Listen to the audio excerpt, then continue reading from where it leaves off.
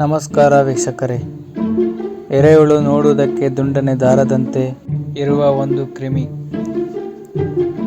ಭೂಮಿಯನ್ನು ನಂಬಿಕೊಂಡು ಇರುವ ರೈತರ ಮಿತ್ರ ಎಂದು ಕರೆಸಿಕೊಂಡಿದೆ ಮತ್ತು ನಿಸರ್ಗ ನೇಗಿಲು ಎಂದು ಕೂಡ ಕರೆಸಿಕೊಂಡಿದೆ. ಎರೆಹುಳು ಎಂದರೇನು, ಅದರ ಪ್ರಯೋಜನವಾದರೂ ಏನು ಎಂದು ಕೇಳುವವರಿಗೆ ತಿಳಿಸಿಕೊಡುತ್ತೇನೆ ನೋಡಿ.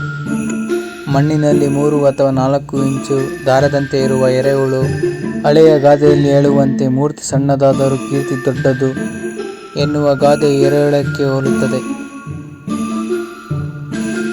ಮಣ್ಣಿನಲ್ಲಿ ಬದುಕು ಕಟ್ಟಿಕೊಂಡಿರುವ ಎರೆಹುಳು ಮಣ್ಣಿನಲ್ಲಿ ಗೊಬ್ಬರ ಹೆಚ್ಚಿಸುತ್ತದೆ.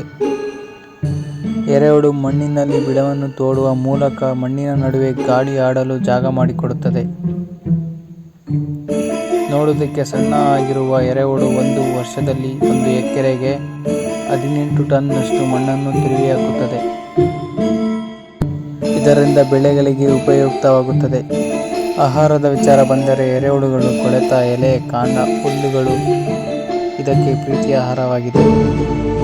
ಎರೆಹುಳು ಅಧಿಕ ತೇವಾಂಶ ಅಥವಾ ಹಸಿಯಾದ ಭೂಮಿ ಒಳಗೆ ಬಿಲಗಳನ್ನು ತೋಡಿಕೊಂಡು ವಾಸಿಸುತ್ತದೆ. ಮುಖ್ಯವಾಗಿ ನಿಮಗೆ ತಿಳಿದಿರಲಿ, ಎರೆಹುಳು ಆಹಾರ ಸೇವಿಸಲು ರಾತ್ರಿಯ ವೇಳೆ ಹೋಗುತ್ತದೆ.